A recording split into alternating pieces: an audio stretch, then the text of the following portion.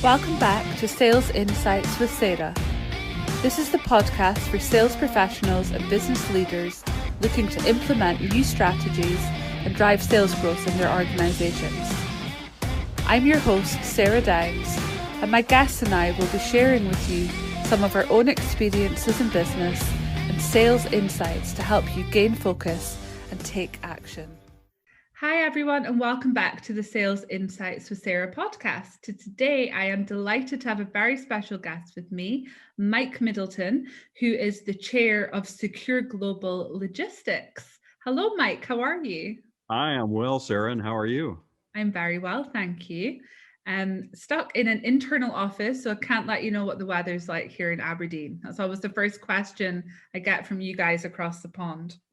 Well, it's Aberdeen weather here where I am in Nashville, Tennessee at the moment. I'm looking outside and have kind of gray skies and a little bit of drizzle. So it's very Aberdeen-y like today here in Nashville.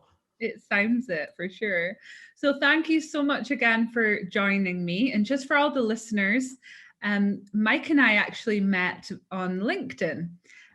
We'd tried to have a conversation a while back, and then through some of Mike's recent activity, which I would definitely recommend you all check out, we started a conversation around sales competency, which went into sales leadership, sales management, and really just all things sales. And it's been an absolute pleasure to meet you. And I just wanted to share your story and some of the things we'd spoken about with my community. So I'll hand over to you, Mike, and it would be great to know more about your story. You know, where did it all start? And let us into some of your secrets, and we'll start from there. Well, I appreciate that. Thank you for having me. The story starts a long time ago because I'm quite a bit older than you are.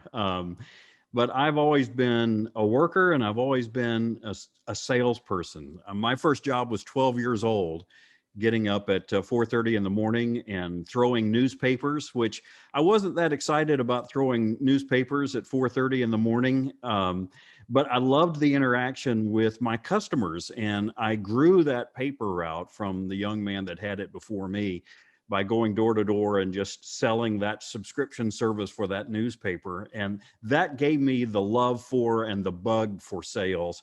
And that then grew into a lawn and landscape business that I had when I was 14. And then as soon as I was able to drive, I got a retail sales job selling men's clothing in a department store. And that then morphed into an online subscription service by telephone, selling magazine subscriptions, where I set some records that had never been seen before in the company in terms of number of sales per day and per month. And they eventually developed my own section of the magazine to sell for, something they had never done before when I was just 19 years old. And then that led into a 20-year career in broadcasting, where my emphasis was on really growing and developing the outreach of that organization, finally leading to the past 20 years in my own business, an international logistics company, which again, we had some really great successful sales efforts with. And 2 years after we started the company, we were recognized by the Houston Business Journal as the 46th fastest growing company in Houston. They do an annual tracking of the 100 fastest growing companies. We were number 46 2 years into the start of our company. And that just progressed throughout the years until, we grew the business, and I eventually was able to exit the company just a short time ago. Maybe 2 months ago now, I've been able to exit the company on a successful sale, and now I'm off to my own different, and I can't say there'll be better things, but there'll definitely be different things. Well, the world's your oyster now, Mike, and I think that you're going to be approached with so many different opportunities, and then I guess the tough bit is deciding which one's going to be right for you. Well, it's true. And I have been approached by many opportunities, and I keep thinking, okay, what's next for me? What do I call myself? What is this going to be? What's it going to look like? And I've really decided that, what I am is a connector of people and opportunities. I think at the end of the day, that's how I'll write out whatever this last phase of my career will be. It'll be connecting people and opportunities. And isn't that really what sales is all about? Absolutely. And you shared, part with me last time we spoke. And obviously you've gone from papers to clothes to magazines to logistics. But I guess what took you into logistics 20 years ago? When you had the opportunity to set up your business, why logistics? Well, it's interesting. I didn't set out to do logistics. My father had been in the industry and he had a background in logistics. And he actually started the company himself and had a partner when he first started the business. He was 58 when he started the company, quite old to do a startup. So now he's 60 years old, startup company, no partner.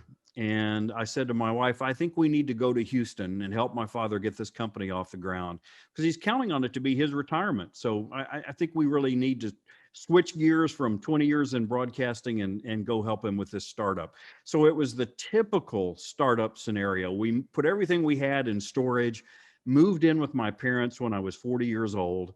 And I knew nothing about logistics, but I knew how to sell. And so I took over the sales and marketing side. Dad ran the operations side, and we had no choice but to make it work because I was starting over. He was starting a startup company, and we just had a gun to our head to make this thing work. So even though I didn't know much about logistics, I knew how to go find business. And so that's what I did. I put my focus to going and finding our customers. And as I said, within 2 years, we were recognized as the 46th fastest growing company in Houston. So some of the things that we figured out along the way worked for us. That's amazing. And what an accolade as well that you can still talk about today. And not many startups a couple of years in would be able to say the same thing, especially at a time when it must have been so competitive and, the industries were booming and, you must have seen a lot of changes over the last 20 years. Well, we were just a little gnat by comparison with many large multinational companies that we were competing against. And so it became necessary for us to find our niche inside the marketplace against those major competitors. And the thing that we found is that the larger these companies were, the less they were able to deliver a real personalized customer service experience. Their size just worked against them in being able to do that. And so we really hung our hat on that really individualized, customer centric type focus where we just delivered to them an experience they couldn't get elsewhere. And so when we narrowed the universe of potential customers, we didn't want all the customers in the world that were out there. There are many that are a very good fit for those large multinationals, but they weren't a good fit for us. And so what we focused on are those customers that we could add value to.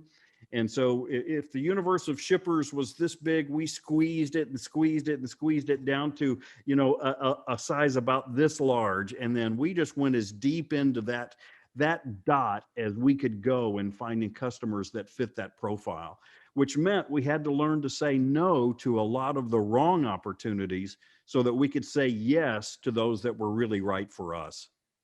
I love that. And I think it's something that businesses, small and large, don't do enough of is the niching down.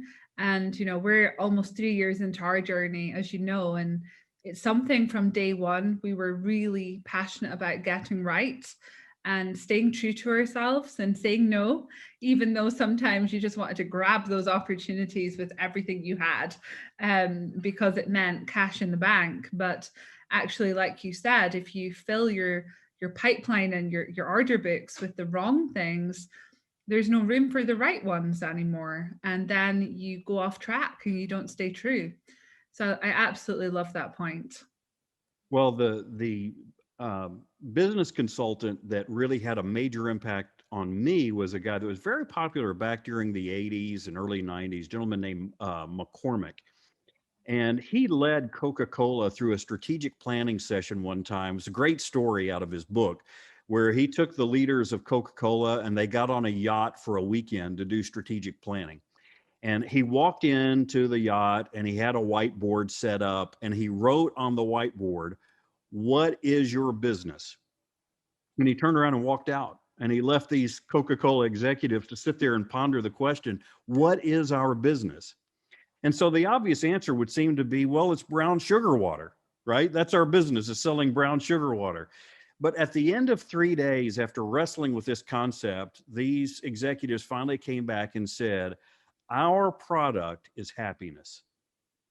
That's what we sell. That's what Coca-Cola does, is it makes someone happy in the moment that they drink it. And so all of their marketing, all of their focus became on that sort of happiness concept. So if you look at their commercials, you look at their ads, it's all about people being happy and having a good time and enjoying drinking Coca-Cola.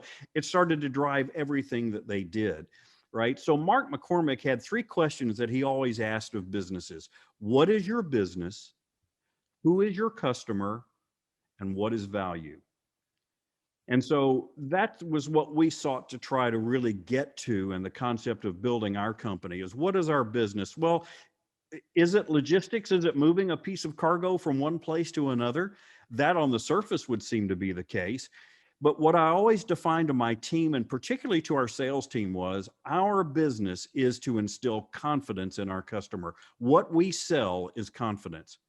If they're confident that we can move their cargo from one place to another safely and in a timely fashion and in a way that meets their business objectives, we will get their business. And so what we sell, what we communicate is confidence. And so I've always found these guiding principles of who is our customer, what is our business, what is our value really important. And that value gets to that thing I was talking about shrinking the universe down to find that niche, because our value equation doesn't work for everyone. It only works for the right kind of customer, and you have to know who that customer is, and then just go as deep as you can into that demographic. Yeah. Like everyone says, if you sell to everyone, you're selling to no one. That's right. Really, because you cannot have a value proposition for everyone in one line or, even one paragraph. So you really need to, break it down and, who are they? Like you said, what is it that you're offering? But also the so what is often missed out. So, for example, your confidence, that's fantastic, where people jump into, I have data, but the so what could be the peace of mind or the ability to make the right decision, or, more things like the safety, etc. It's safety is peace of mind, so Correct. people often don't drill down enough or at all, as we often see a value. Quite often we'll say, what's your value proposition?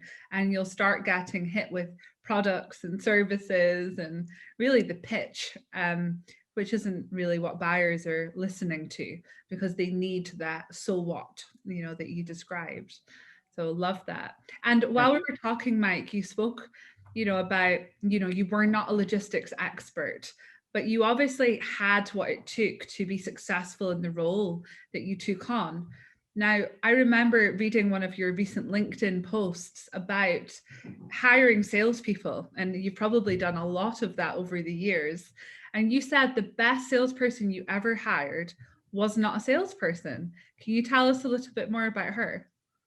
Absolutely. Yes. This individual had never been in outside sales, had no background in logistics. And so many times I think companies would look at a candidate like that and say, just not qualified.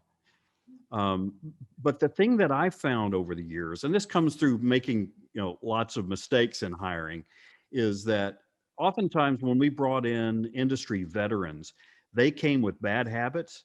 They came with sort of a mind that was predisposed to only doing things a certain way. They weren't coachable, they weren't trainable, and they'd only ever been successful in one environment. They couldn't translate that to another environment that wasn't exactly the same. And so what I was looking for in salespeople were certain characteristics, not experience. I wanted that coachability.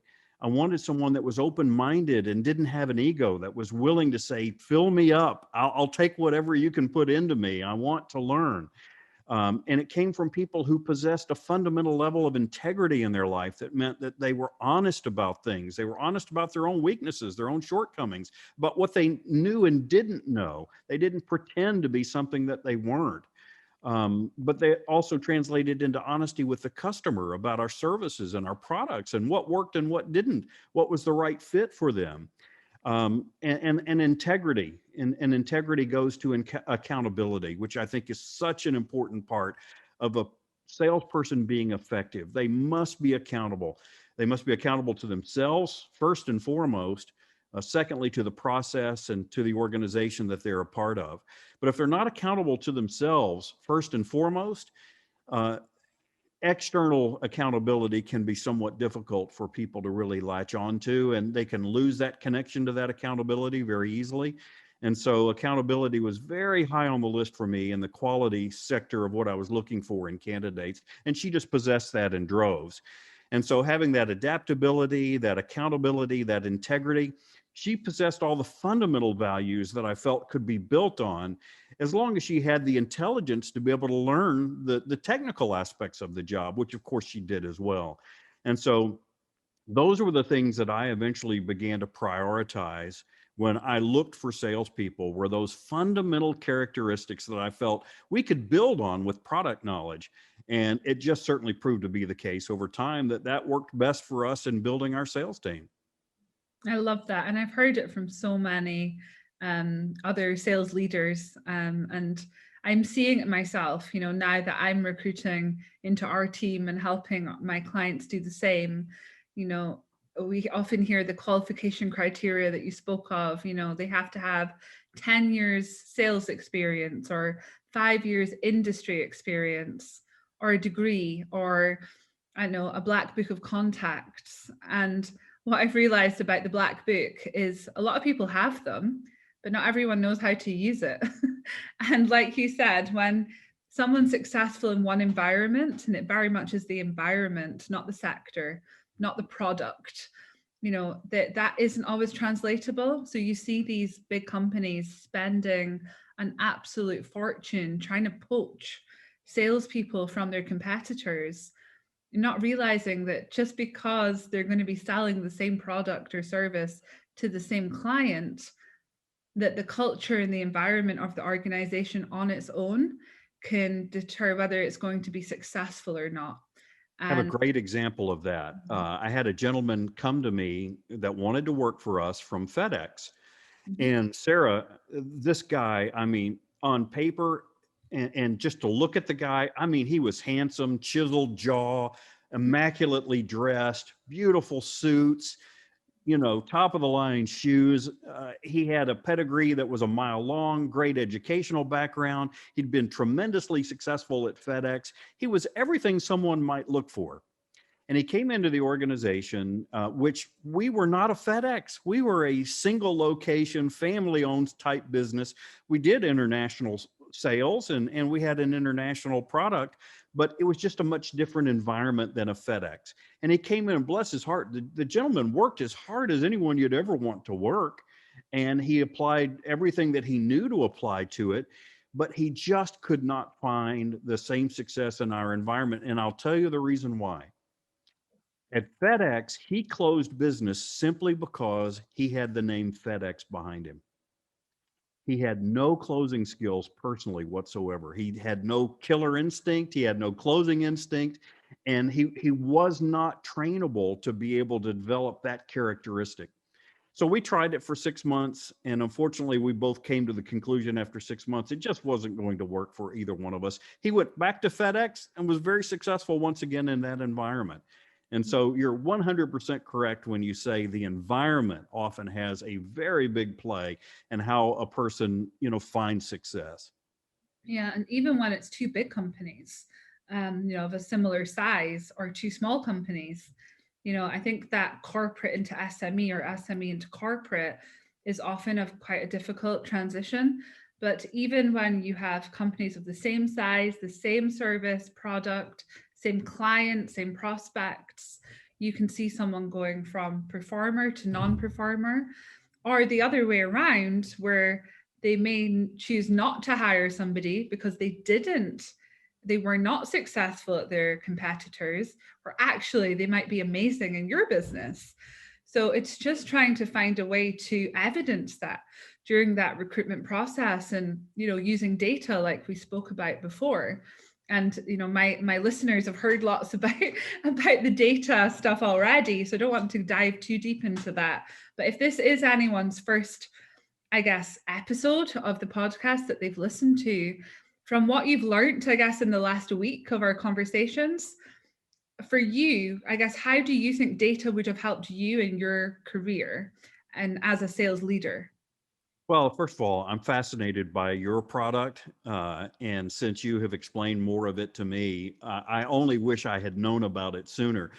You know, a lot of what I have done over the years has never been data driven. It's all been experiential. It's learning the hard way by trial and error and intuition. And I think we arrive at the same place in many of our conclusions, but we get there in different ways. You know, mine is from, as I said, that experience level, and yours is from data.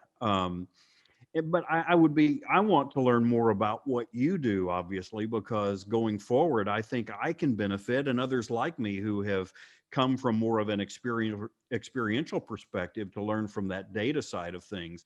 So I've been fascinated to learn more about your product. And you've already seen that I've promoted you in my space because I'm a big believer in what I think you can do for companies. Thank you. But I love what you said there about the experience, because I agree, data gives us so much, but data doesn't give us everything either. And there's a lot to be said for experience. And, you know, when it comes to sales management and leadership, which I'm really keen to talk about today, is, you know, we can have data at our fingertips showing us, for example, the competencies of the individuals we're there to manage or to lead. You know, how motivated are they? How can we help to motivate them? How can we develop them, coach them, etc., etc. But actually, there's a lot to be said for just that human interaction and getting things wrong, making mistakes, overcoming challenges. And I would love to hear from you. You know, it says loud and proud on your LinkedIn profile, 40 years of leading, which is amazing. And I guess my question is, do you believe that good leadership in sales is something that can be handed to somebody, something that you can go on a course for, something that you can have a couple of coaching sessions for? Or do you really think it's something that needs to be developed and evolved over time? I do think that there are some people that are born leaders. I've seen that enough to believe that. But I tend to think that leadership is something that really does come in time. Good leadership is informed by a lot of really ups and downs. It's having made a lot of mistakes and having a lot of victories along the way too, and learning from both. And so I mentioned that 40 years of leadership on my LinkedIn profile because I do think it speaks to the fact that over 40 years, you're going to experience everything that you can imagine. Very, you know, great highs, great lows, everything in between. And I think something that leaders learn from that is it's almost like diving scores. If you watch the Olympics, they throw out the high and the low and they take the median. And I think that's so true in life that we have to sort of take the highs and the lows and you throw both out, and you learn that life is really lived more in the middle. And you can't let the highs convince you that, you know, you're suddenly the greatest thing since sliced bread. And you can't let the lows convince you that you're never going to be successful again. You have to sort of live in that middle place. And I think when you do, it brings a lot of moderation to your leadership that's helpful to the people that you lead, right? Because they're looking to leadership for cues. And so if when you're really high, you build a big ego and you suddenly think that you've got it all sorted out, you'll quickly be humbled and realize that you don't. And when you're really low and you're going through a really difficult period and you think, oh, we'll never get out of this, but you remember that you will, that you always do, that you'll always come through, there'll always be a better day. And when you lead from that perspective, you pull people up that maybe are struggling. And so they take their cues from leadership. There's no doubt about that. And these high and low experiences really do help us know how to lead people through those times. And I guess our own experience of leaders. So if I think back, I can pick out the great leaders and I can pick out the ones that shouldn't be called leaders. They were managers and bad ones at that. And I think management's something we can teach, but leadership comes from somewhere else. Do you remember, you've had a number of sales roles over the year. Do you remember one or maybe a couple of really great or really bad sales leaders that you had, and what sticks out when you think about them? Yeah, so I'll give you an example of each. So on the when I was into retail, I mean, I was young. I was just 17, working in a retail clothing environment. And the gentleman on the day that I onboarded was an older ex-military guy. And he pulled me aside and said, "Look, they can never fire me because I've already quit." Now, Okay. how's that for leadership? Someone telling you, "Look, I've already quit. I'm still here, but I've already quit." Um, Probably one of the worst examples of leadership that I've ever had, right off the bat, the very first day. But within 6 weeks, I was the top salesperson in the store, and he was gone. And so, you just endure those things when you have a leader like that. You ignore what they tell you. I'm not saying you ignore everything, but you can't let them bring you down. You just march on to your success, no matter how much your leader may be, poorly performing themselves. You just have to ignore that and go on. And that's what I did in that situation, and it worked. And then, on the positive side, the best leader that I ever had was when I was in broadcasting, and I was executive director of an organization. And the gentleman that hired me said, "Look, we don't know anything about this.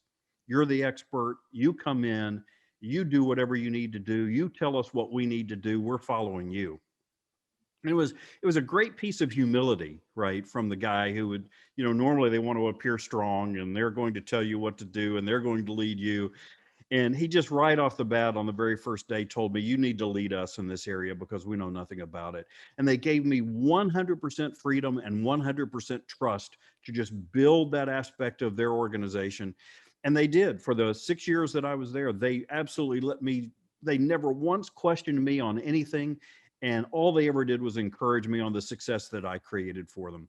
And for someone that's internally motivated and some internally driven, that's exactly what you need, is just a free rein. It's just like a horse. They say if you want a horse to run, you have to give him his head. You have to let go of the reins and give him the freedom and just let that horse run. And that's what they did. They just let the thoroughbred run. And it just motivated me every day to go in and live to the height of my potential because they permitted me the freedom to do so. And I think in many organizations, leaders feel like they have to really hold on tight and rein people in and show them who's boss. And you're never going to let them achieve their potential if you do that. So those would be the two examples I would give you. They're great examples, Mike. And I think what you just said there about people holding them tight, I think a lot of leaders are scared to let go.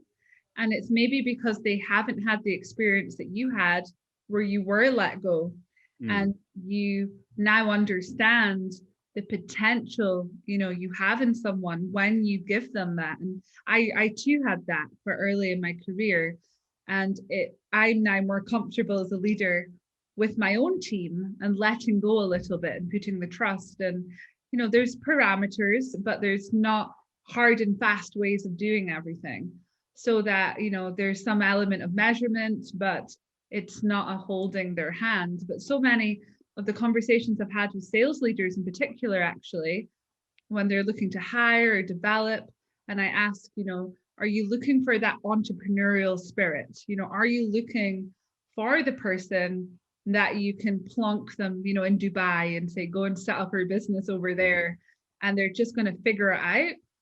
Or do they want somebody that needs managed, that needs that process? Because not everyone actually performs well with just being let go completely. And I think there's a balance. And again, it goes back to understanding your people. And I think what, those leaders obviously did was get to understand you. They saw something in you and understood something that they knew it was safe, or, it was the right thing to do to let you go. And you obviously really performed. There's an author that I really like. I've served as the chairman of a number of board of directors for organizations, both professional and nonprofit. And there's a philosophy that I really like from a gentleman named John Carver, who writes about policy governance. And the theory of policy governance is that Those with at the highest level of the organization, the board of directors, are there to set, to set policy, and it's the CEO's job to implement. And so if you use the analogy, it's like drawing a big circle. That's the policies are this big circle. And inside that circle, your CEO should have the freedom to just run as free and as fast as he wants to run, so long as he stays within that big, broad circle. Mhm. And so that's the free, actually, that creates a great deal of security for the CEO, because he knows I'm free to do whatever I want to do so long as I play within these parameters. No one's going to tell me day to day, don't do this, don't do that, because we've already drawn the fence. So all you have now, you're just free to run. Mhm. And I think the same can be applied not just at that level within organizations, but with individuals as well. That if we have good policies within organizations, whether that be in sales or the operational or aspects or whatever, as long as we have good policies that define the parameters, then let people run. Just don't go outside the fence. I love that. And it really helps to picture it as well. For anyone else like me that's quite visual, the way I learn, really like that. And because you were let go and you succeeded, have you found it easier, or have you ever found it difficult to do the same with your own sales teams? My default style is to let people go. That's what I want. I really don't want to handhold. I want to support them. My job is to help them be successful. And so when they need me to support them, I want to be there to support them. But what I don't want to do is have to hold someone's hand every day. Yeah. First of all, I just don't have time for that. And secondly, if they're the kind of person that needs to have their hand held every day, they're probably not the person that's going to ultimately be successful in sales anyway. And so we have to sort of get to that understanding, hopefully beforehand, as whether they're that kind of person or not. And that's again where your sort of data and analysis can come into play to help make those decisions, hopefully in a way that's better than our own intuition. Yeah, I think especially with salespeople, using purely your intuition, or as we call it, gut, feeling is risky. And I think we spoke about this on our last call, where people get married on gut all the time, but they have time to date. They have time to, go out for dinners, go on holiday together, whatever dating is to them. They spend time getting to really know each other. And sometimes, 4 months, 6 months in, they decide it's not right. It's just like, we do in business. The difference is with employing people is like getting married, quickly, especially in certain parts of the world, maybe not so much in the US, but certainly in other parts of the world. It is really critical that you make those decisions the right way, because you're not going to be able to, move them on, maybe redeploy in the business, but certainly not completely. So I think, it's instead of going with gut, we need some evidence. We need some of that data to back up our thinking. And I've worked with a number of mostly like VP, CEO level, where they're telling me my gut says this, but then I show them the data and it's the wrong person for the role. And I've had the times where they've not listened to the data. They've gone with their gut because this person was amazing at their competitor, because this person was their brother's best friend, something like that. And it's not worked out. And 3 months later, they're on the phone again. Or I've had other people that have listened to it and gone, wow, that made a big difference. I'm glad I didn't go with my gut. And by the way, I'm also getting divorced next month. And I say, well, your gut was rubbish anyway. So I think there's, it's really difficult for employers. And, I've made mistakes as well, recruiting before. And, not everything, like I said, not everything comes down to data. Not everything comes down to gut. There's this gray area in the middle as well. And that's where I think it's really about taking time, asking the right questions, really getting to know people, understanding, I guess where they are in those colors, or, as well, their personality traits, so that you understand as a leader how to communicate with them, where you may clash with them, what's going to support, what's not. there's so many different things out there that we can do to support us, but we're still going to make mistakes, right? We're never going to Absolutely. have 100% predictive validation. And even if in the US it's easier to terminate than you would say in Europe, Hmm. you still don't want to go through some process of this revolving door with candidates. It always costs you time and it costs you money, and you're starting over again on your efforts. And so it's really important to get it right the first time as much as possible, and having as many resources as you can in your arsenal to try to make the best decision certainly makes sense. And again, that's where learning about you and your product has been so helpful to me, to know that there's an additional resource available to help make these decisions. Yeah. And once people are in, that same data, obviously supporting on, onboarding and supporting, you said about if you are going to let go and you understand it's the right person to let go, there's still going to be areas of improvement, of development, of support, of coaching, training that are required. So understanding what they are up front, I think helps us as business leaders to understand what we're actually committing to, Mm-hmm. because you could have two people needing completely different things. And as leaders, some of those things we may be competent in, and some of them we might not be.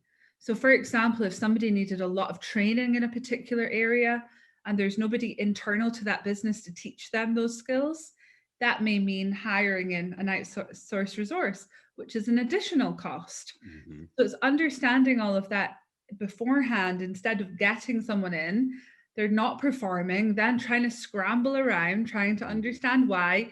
If you're a patient leader, if you're not so patient, that might be enough to just show them the exit. But if you are patient, it's really difficult sometimes to understand what to do next. And you want this person to be successful. You maybe really like them. You knew you saw something special in them at the start. That's why you gave them the job, but you just don't know how to support. So it's just trying to help business leaders and sales leaders in particular understand what's possible.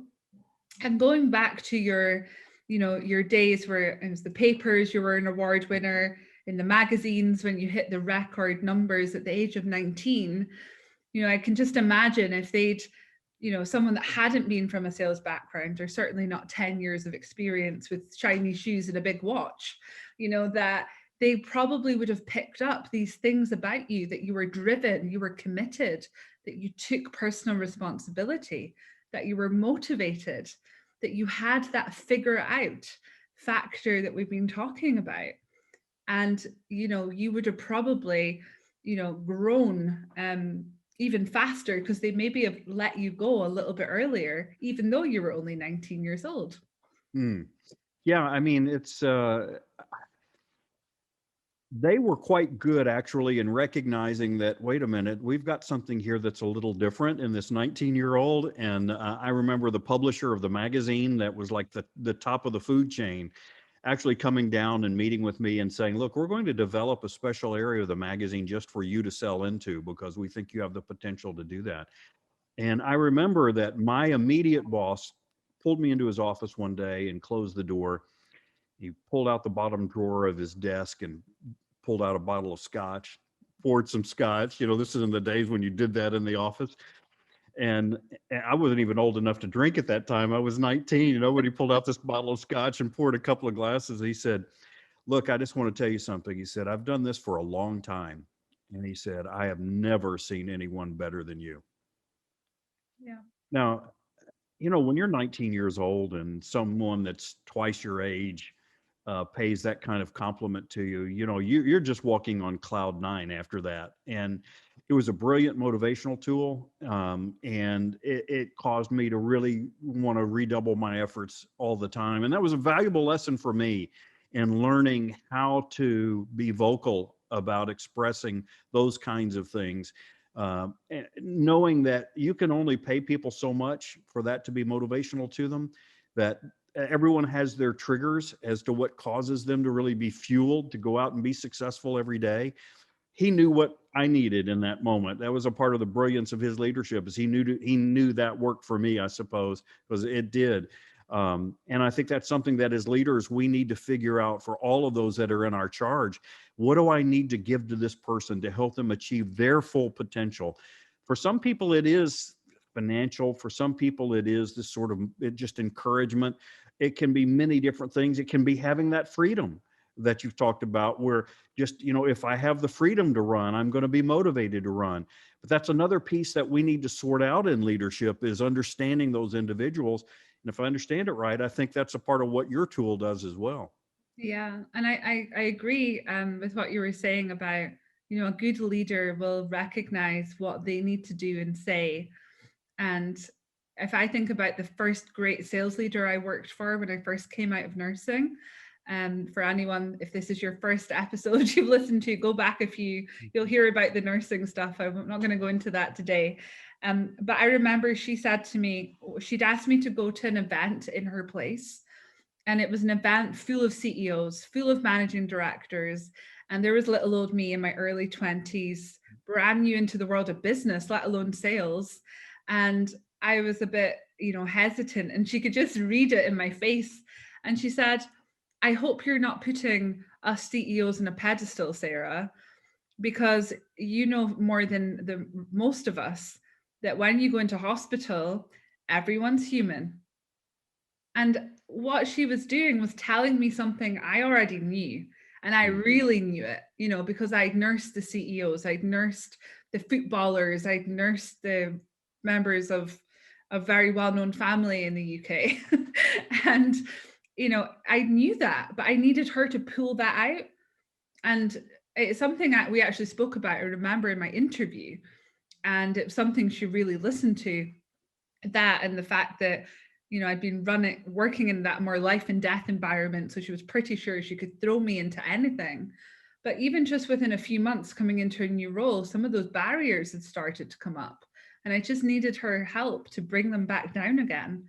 And I always remember that if I ever go into a situation I feel like I'm any less, or I shouldn't be there, or a lot of people call it imposter syndrome.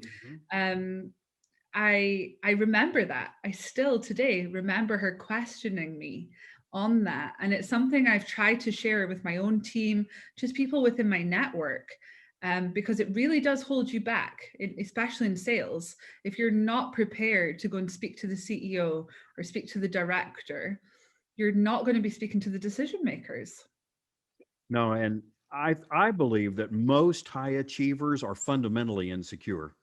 You would think just the opposite, right? You would think that these high achievers just have the world by the tail and they have it all sorted out and never have a moment of self-doubt.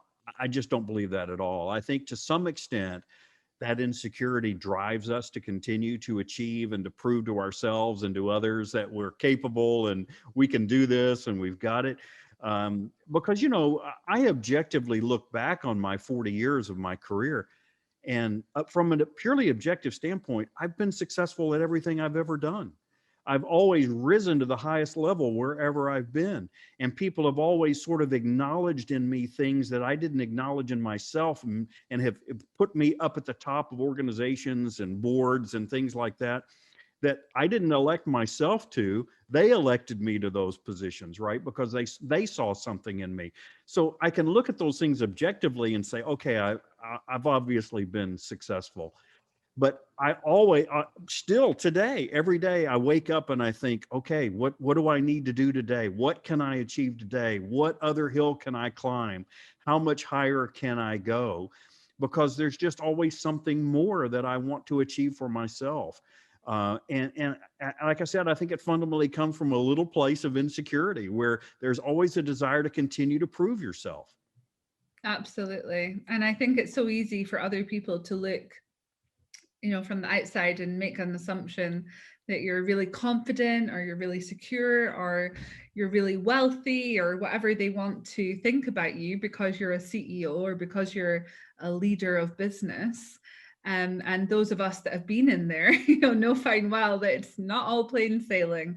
And like you said right at the start of this conversation, it is a roller coaster of highs and lows throughout. And I'm really excited to see where you end up next, Mike. And like you said, you've been a high achiever in everything you've ever done. So watch out, everyone, and keep an eye out on Mike, see where he ends up. But also, I think there's so much that we can all learn from you. And I really thank you for giving us your time, and really encourage everyone to connect with Mike on LinkedIn. Follow his journey. He puts out some great content, especially around sales leadership and business leadership. And I think we'll all be waiting patiently to see what the next step is in the journey of Mike. Well, thank you for that. And I have some ideas. There are things that are percolating in the background. So you'll see those bubble up to the forefront soon enough. Okay, well, we'll be watching. So there's been a couple of recommendations from Mike along the podcast with different books, etc. So we'll make sure we link those into the show notes for you guys. And please do reach out. I'll put a link to Mike's LinkedIn profile in the podcast notes as well. So he's easy for you all to find. So thanks again for your time, Mike. Thank you to everyone for listening. And we'll be back soon. Thank you for listening to the Sales Insights with Sarah podcast. Remember to subscribe if you haven't already, so that you are notified of every new episode. If you could take a few minutes to leave a review, it would be greatly appreciated. See you next time.